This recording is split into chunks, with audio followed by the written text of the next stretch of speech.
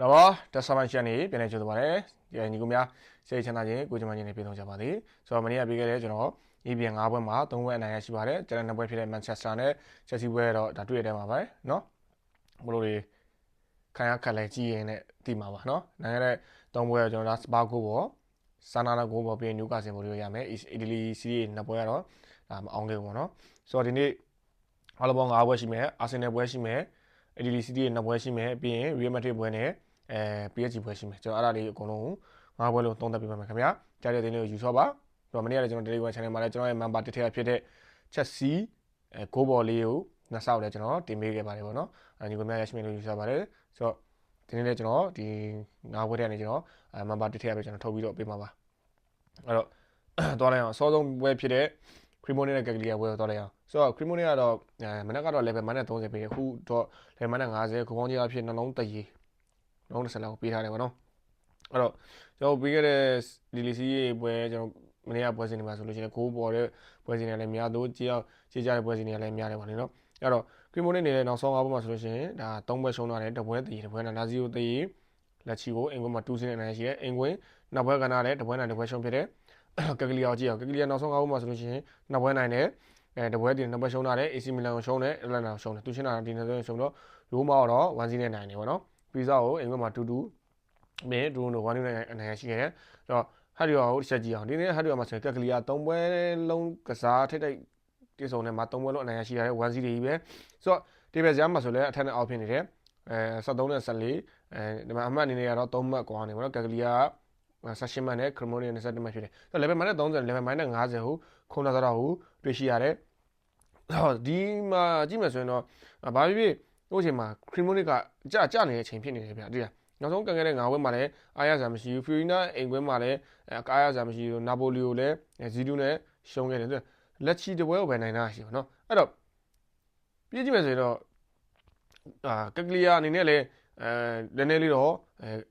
ခြေလေးနည်းနည်းလေးတက်လာတယ်သူအောက်မှာသူကလည်းအဆင့်14နဲ့18မှတ်ဖြစ်နေပြီးတော့ကျွန်တော်တို့ဒါတန်းစစ်စုံနဲ့ကြည့်မယ်ဆိုရင်9မှတ်လောက်ကွာနေပါတော့အဲ့တော့ထက်တဲ့တွေ့ဆုံမှုမှာလည်း3ပွဲလုံးအနိုင်ရရှိတယ်ကျွန်တော်တို့ဒီနေ့ဒါ level -30 level -50 ဆိုတော့ Cremonese တော့ Cremonese တခုတော့လောက်ပြလိုက်မယ်လို့ယူဆတယ်ဒါပေမဲ့လည်းထက်တဲ့တွေ့ဆုံမှုရတယ်ကကလီကလည်းတာထားတယ်ဆိုတော့ဒီနေ့တော့ body weight လေးကိုရှောင်မဲ့နှလုံးတရေနှလုံးမိုင်းနဲ့10ကျွန်တော်တို့ goal out လေးပဲကြိုက်ပါတယ်ဗျာနော်တို့တော့လည်းတော့မယ်နောက်တစ်ပွဲတော့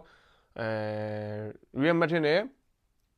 AD ကိုမထစ်ပွဲလေးပဲဖြစ်ပါတယ်ပေါ့နော်ဆိုတော့ Real Madrid နဲ့ AD ကိုမထစ်ပွဲမနေ့ကတော့ကျွန်တော်ဘာစီလိုနာနဲ့ပြပြပွဲဘာစီလိုနာအနေနဲ့ဒါကျွန်တော်တို့1.30 3.50ပြီးတော့အထက်ကြီးလဲအောင်နဲ့ဂိုးလဲပေါ်သွားခဲ့တယ်ဒီနေ့ Real Madrid ကလည်း-30ပေးထားပြီးတော့ကိုပေါင်းကြီးအဖြစ်3လုံးပလက်40-50အနေဒါဖြစ်နေပါတယ်ဆိုတော့ပြီးခဲ့ပွဲစဉ်မှာဆိုရင်တော့ကျွန်တော်ဒါစပိန်လာလီဂါမှာကြည့်မယ်ဆိုရင်တော့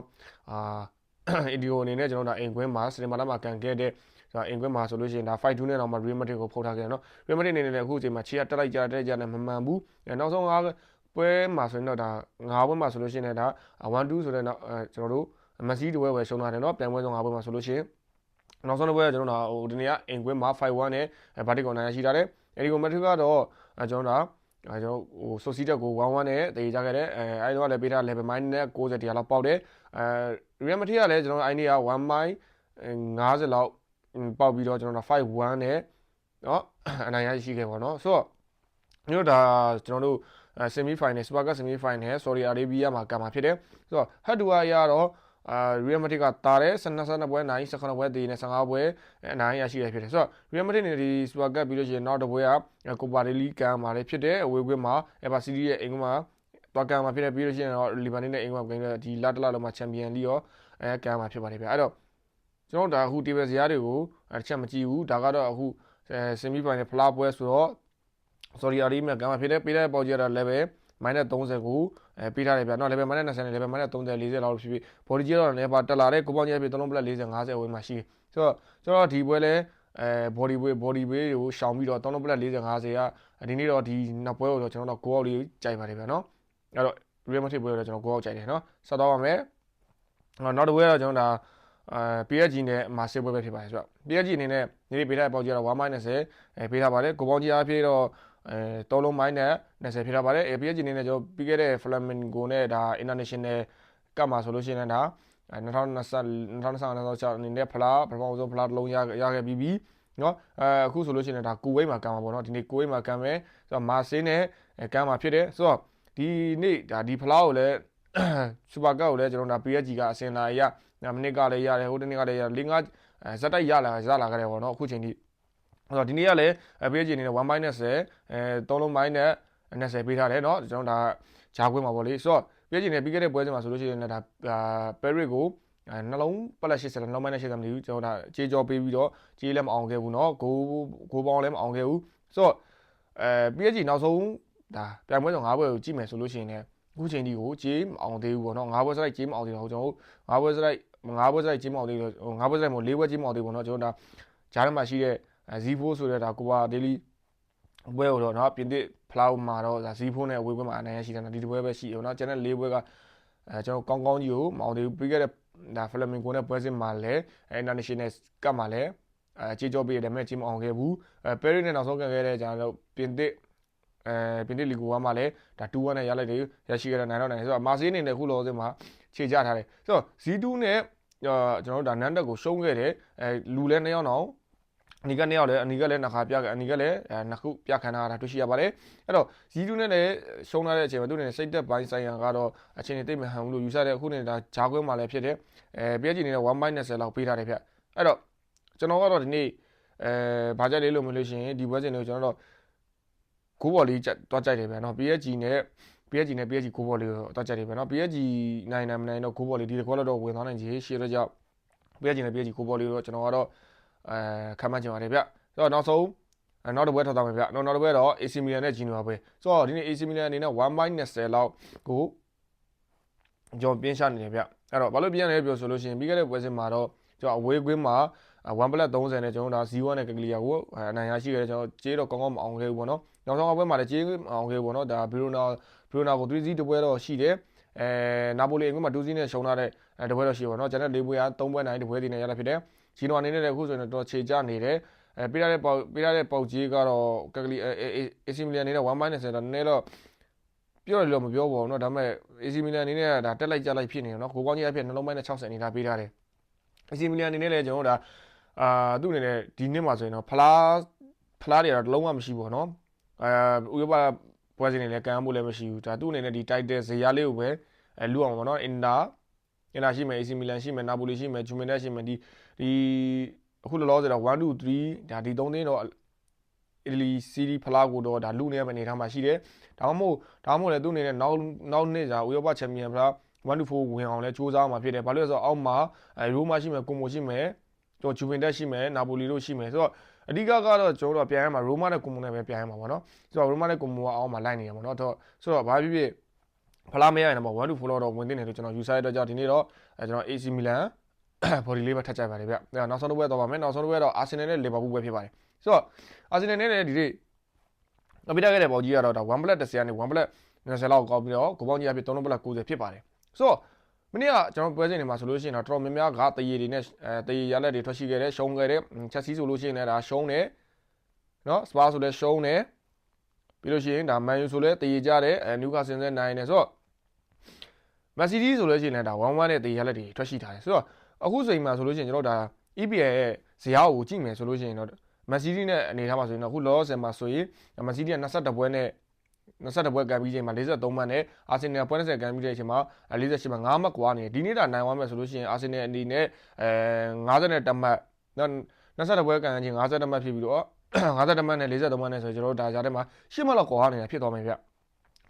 တိုင်းမှာပဲ Aston Villa နဲ့10မှတ်လောက်ကွာမယ်ဆိုတော့ EPL ကြီးကတော့ပြင်းစရာကောင်းသွားပြီအာဆင်နယ်နဲ့ဒီပွဲပြီးလို့ရှိရင်ဒါဖလား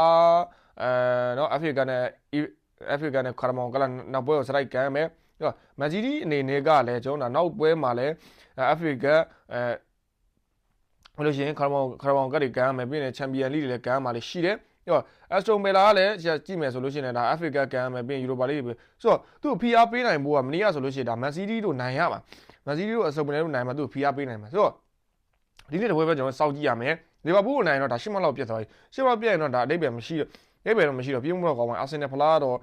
ကျွန်တော်တို့ဒါဒီလကုန်မှာ10မှတ်လောက်ဖြတ်ထားမယ်ဆိုရင်တော့တလပိုင်းလကုန်လို့10လပိုင်းတလပိုင်းလကုန်2လပိုင်းအတွင်းမှာဒါအာဆင်နယ်ကအလောက်ထိအမှတ်ဖြတ်သွားမယ်ဆိုတော့ဒါအာဆင်နယ်ဖလားလို့တော့ကျွန်တော်ယူဆလို့ရတယ်ဆိုတော့ပြောချင်တာကလည်းကျွန်တော်တို့ဒါသူ့ဇာတ်နဲ့သူ EPL မှာလည်းဒါဇေယျဆွဲပြီးသားလို့နေမှာပါအာဆင်နယ်ဖလားပေးခြင်းတဲ့သဘောမှာရှိတယ်ဒီနှစ်ကတော့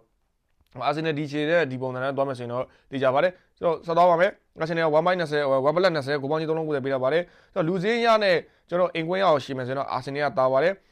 နောက်တန်းရမှာတော့ကျွန်တော်လီဗာပူးကိုအားမရဘူးဗျာလီဗာပူးနောက်တန်းနဲ့အာဆင်နယ်နောက်တန်းနဲ့ရှင်းကြည့်မယ်ဆိုရင်တော့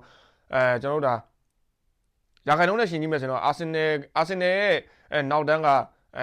90ရာခိုင်နှုန်းလောက်ကောင်းပြီးတော့လီဗာပူးရဲ့နောက်တန်း90ရာခိုင်နှုန်းလောက်ပဲကောင်းတယ်ကျွန်တော်ပြီးခဲ့တဲ့ပွဲစဉ်မှာကျွန်တော်ကြည့်ပါလားအဝေးကွင်းမှာဖူဟောင်တူနဲ့နော်တည်ကြတယ်လည်းရှိတယ်အာဆင်နယ်နဲ့နောက်ဆုံး9ပွဲမှာဆိုလို့ရှိရင်ကျွန်တော်ဒါတပွဲကိုတကူးနှုံးနဲ့ပေးထားတာတွေ့ရှိရပါတယ်ဗျနော်အဲ့ဒါအေဗာတန်နဲ့ပွဲတစ်ပွဲပဲဒါကိုမပေးရကျန်တဲ့၄ပွဲကတပွဲကိုတကူးနှုံးနဲ့ပေးထားရတယ်လည်းရှိတယ်အဲ့တော့ဂိုးပေါင်းကြီးရတယ်3လုံးပလက်90ဖြစ်နေတယ်ဆိုတော့ကြောတော့ကြည့်အောင်မနေ့ကကျွန်တော်ဒါ EPL ပွဲစဉ်တွေမှာဆိုလို့ရှိရင်ဂိုးပေါ်ခဲ့တာတွေလည်းရှိသလိုဂိုးအောက်တာတွေလည်းရှိပါတယ်ဂိုးအောက်တာကလည်းမနေ့က3ပွဲရှိသူဂိုးပေါ်တာတွေကလည်း4ပွဲလောက်တင်တော့တွေ့ရှိရပါတယ်ဗျာနော်ဒီပွဲနဲ့ပွဲ3ပွဲ4ပွဲ5ပွဲလောက်ကိုကျွန်တော်ဂိုးပေါ်ထားပြီးတော့နောက်ပွဲ6ပွဲပေါ့နော်ကျွန်တော်ဝမ်ဟန်ပွဲနဲ့ကျွန်တော်6ပွဲလောက်ပေါ်ပြီး4ပွဲပဲကျွန်တော်ဂိုးအောက်ထားပါတော့အဲ့ဒါတော့ဆိုတော့ဘာဖြစ်ဒီနေ့ပြီးတဲ့ပေါက်ကျတော့4ပဲ3လုံး90 1+20လောက်ပြီးတယ်ဆိုတော့အာဆင်နယ်နိုင်သွားရင်တော့51မှတ်လောက်နဲ့ကျွန်တော်10မှတ်လောက်နဲ့ပြတ်သွားရင်တော့ပြင်းသေးရာကြီးကောင်းမယ်လို့ထင်နေဗျအဲ့တော့ကျွန်တော်တို့ဒီနေ့တော့လူအများစုကတော့ဒီနေ့အာဆင်နယ်ရင်သွင်းလိုက်တော့အာဆင်နယ်နိုင်ပြီးတော့ဂိုးပြတ်သွားနိုင်တဲ့အခြေအနေရှိတယ်လို့ဒါလူအများသုံးသပ်ချက်တော့ကောင်းသုံးသပ်နေမှာကျွန်တော်ကတော့အာဆင်နယ်နိုင်လဲတကူလောက်အသာလောက်ပဲလို့ကျွန်တော်ယူဆပါတယ်အဲ့တော့ကျွန်တော်လီဗာပူးဘော်ဒီလေးနဲ့စွန့်စားခြင်းနေပါသိလားအဲ့တော့အမြင်မတွေ့တော့ဒါဘက်ကန်နိုင်မှာကျွန်တော်ဒီနေ့အာဆင်နယ်နဲ့လီဗာပူးကိုကျွန်တော်တော့လီဗာပူးဘော်ဒီလေးပဲကြိုက်ပါတယ်ဗျာနော်တရေလောက်တော့မဟုတ်တရေလောက်တော့ဆိုနေနေကြည့်ကောင်းမဲ့ပွဲစဉ်လို့ဖြစ်သွားနိုင်တယ်ပေါ့နော်တရေလောက်ဆိုရင်တော့49မှတ်နဲ့ဒါဆိုရင်6မှတ်လောက်กว่าဆိုရင်ဒါမန်စီးယိုအစမနယ်လို့လိုက်မှဒါနည်းနည်းကြည့်ကောင်းမဲ့အနေထားရောက်တယ်လို့ကျွန်တော်စဉ်းစားမိတယ်ပေါ့လေအဲ့တော့လီဗာပူးဘော်ဒီလေးပဲကြိုက်ပါတယ်ဗျာနော်အဲ့ညီတို့တွေဒီ9ပွဲကိုကြိုက်နေတဲ့ယူဆော့ပါဆိုတော့ကျွန်တော်ရေးဒါပေးသွားတဲ့9ပွဲလေးမှာမောင်းမဲ့ဆော့တပွဲကြီးမဲ့ဆော့ယူဆော့နိုင်ပါခင်ဗျာအားလုံး good luck ပါ